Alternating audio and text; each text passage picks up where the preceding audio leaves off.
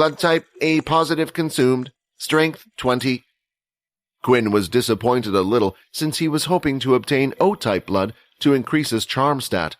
Right now his selection was limited. He had to choose low-level students with lackluster abilities who most likely had a weak mind too. But if his charm skills eventually increased, the pool of people to choose from would also increase directly proportional to his charm skills. Influence skill activated. The girl's eyes started to glow slightly red, a clear indication that his skill was active. Quinn informed the girl to forget about the event that just occurred. Nothing strange had happened. To her, it would feel as if she had forgotten what she was about to do. Before ending the spell, Quinn placed some of his saliva over the small cut, allowing it to heal instantly, before heading back towards the center as he continued his exploration. While the others were busy calling out to Peter and looking for new things, Quinn was looking around to see if he could spot any other strays that weren't with their group, and was also in a well-hidden area, as if they were hiding their shame and embarrassment to the others due to being designated as a luggage-carrying mule. Eventually, Quinn managed to find 2 more students, and he used the same tactic as before, getting him another 2 stat points. Quinn managed to get another blood type O, increasing his charm points to 14, while also obtaining another blood type A, increasing his strength. Faye and Leo were standing together at the starting point where all the groups had split off. They stood there, silently. Leo didn't talk much, and Faye didn't know how to speak with him. Suddenly, a beeping sound was heard from their watches, indicating that one of the teams had asked for help. "I'll get to it," Faye said as she stormed off at lightning speed in the direction of one of the paths. Faye was meant to be the first one to respond, since her ability was super speed, but she felt even more obliged to act due to the awkward situation between her and Leo. Leo stood there, taking in the fresh smell around him, but it was quickly disturbed as another beep reverberated from his watch. "Another one?" Leo said. "Is this planet more dangerous than we thought? I hope there aren't any more calls," Leo said as he ran in a different direction from where Faye had gone. He had hoped that perhaps the teachers were only being trigger-happy, sending out a signal prematurely. It was always better for them to be on the cautious side when it came to these things, but the fact that 2 signals were sent out at the same time concerned Leo. The group had managed to obtain 25 points in total. They also discovered and scanned a peculiar type of rock mineral in the mix. Still, they were vastly behind the others, and their weighted points at the end of everything would be -25. What they were doing at this moment wasn't working, and they needed a change of plan. The quickest way for them to earn points would be to find beasts, but right now there didn't seem to be any beasts in the area, as not a single group of students had encountered one just yet. But once they moved away from this area at Dell's command, which was when Quinn and his group would change their focus, the weaker groups wouldn't dare to risk it by going up against such things. Ding, ding, ding. Just then, a few meters away from Quinn, one of the scanners had made 3 dings, a sound that he hadn't heard yet. Dell didn't even bother explaining to the students the meaning of the dings, but they soon found out what the sounds meant. The scanner pointed at what looked like a boulder that was stuck in the ground. The top part could be seen, and it had several areas of green moss growing over it. But after the student had finished scanning the unique object, he took a few steps backward. Panic was evident on his face.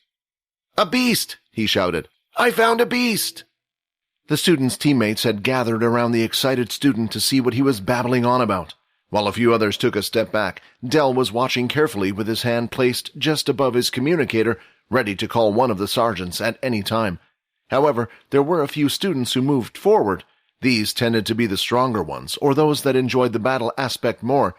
Even though they would no longer obtain any points from scanning the beast, they could still and obtain the beast's crystal. One of the students who was moving closer turned out to be Quinn.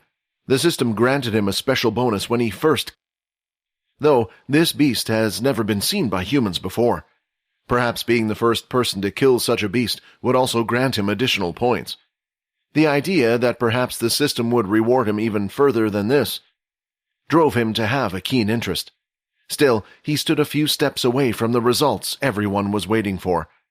The team that had discovered the beast gathered around the scanner, which displayed basic information about the beasts, and after reading one line, they were excited. It was a basic tier beast.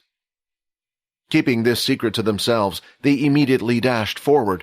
If it was an intermediate tier beast, the group might have been a little cautious, but a basic tier was easy pickings for a team of 5.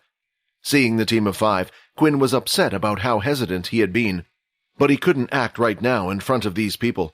It wasn't worth it, but maybe there was something he could do. The beast that the group was chasing looked like an ordinary boulder that was stuck in the ground. It was nearly impossible to tell the difference between the boulders that had been there covered in moss and a beast. Even now, as the students charged towards the thing, there was no reaction from the beast. It still looked like a boulder.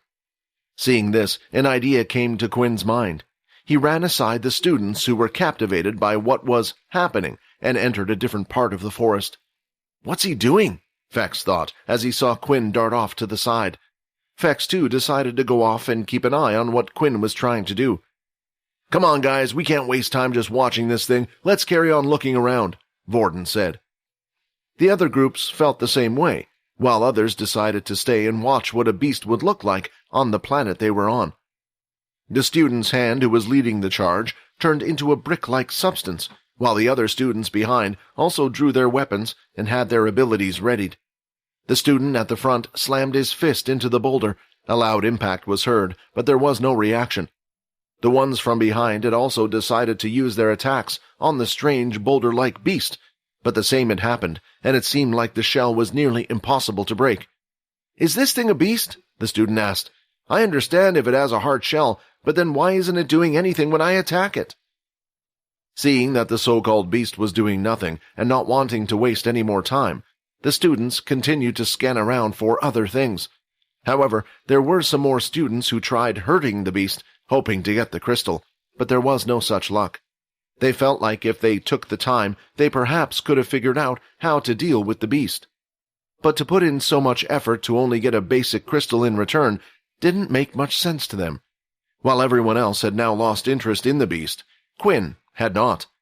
He went through the forest using his inspection skill on every boulder-type thing he could see. Most of them were just that, regular boulders, but then he had finally achieved a result. Basic tier beast, Boulder Snail. A beast that has an incredibly hard outer shell. The beast will only move in rain. Quinn had traveled quite a distance away from the others, a little too much that he was now properly out of the zone. If he was to use his team's scanner, it would register that he was out of the area Dell had mentioned. Right now, he was only focused on one thing, unaware that the others were unable to defeat the beast. Hi, Quinn here. Wondering what happens next? If you want to jump the queue and unleash all episodes, click on the link here and install the Pocket FM app.